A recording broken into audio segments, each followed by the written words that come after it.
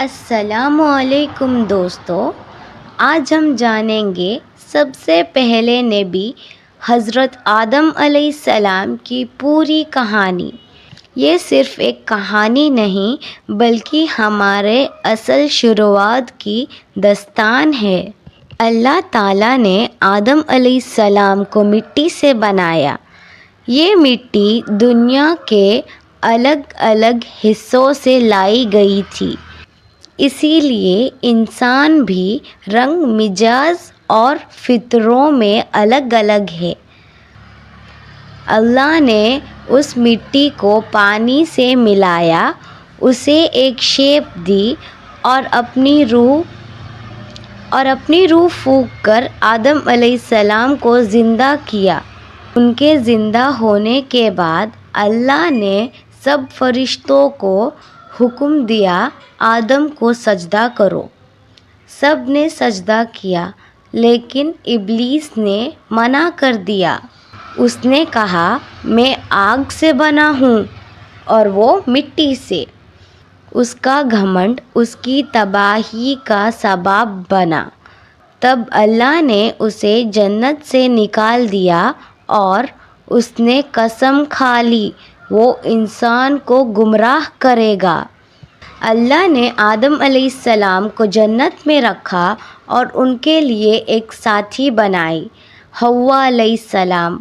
دونوں کو کہا گیا، جنت میں چین سے رہو، سب کچھ کھا سکتے ہو، بس ایک پیڑ کے پاس مت جانا۔ لیکن شیطان چپکے سے ان کے پاس آیا، بولا، تم یہ پھل کھا لو تو ہمیشہ زندہ رہو گے۔ آدم اور حوا علیہ السلام نے غلطی سے وہ پھل کھا لیا۔ ترنت انہیں اپنی غلطی کا احساس ہوا۔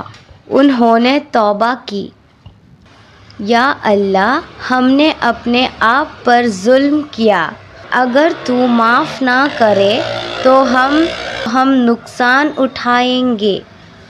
اللہ نے انہیں معاف کر دیا لیکن کہا، اب تم زمین پر جاؤ، وہاں تم رہو گے، مرو گے اور تمہاری اولاد پیدا ہوگی۔ آدم علیہ السلام اور حوا علیہ السلام زمین پر آئے۔ وہاں انہوں نے اپنی زندگی شروع کی اور اللہ کی عبادت کی۔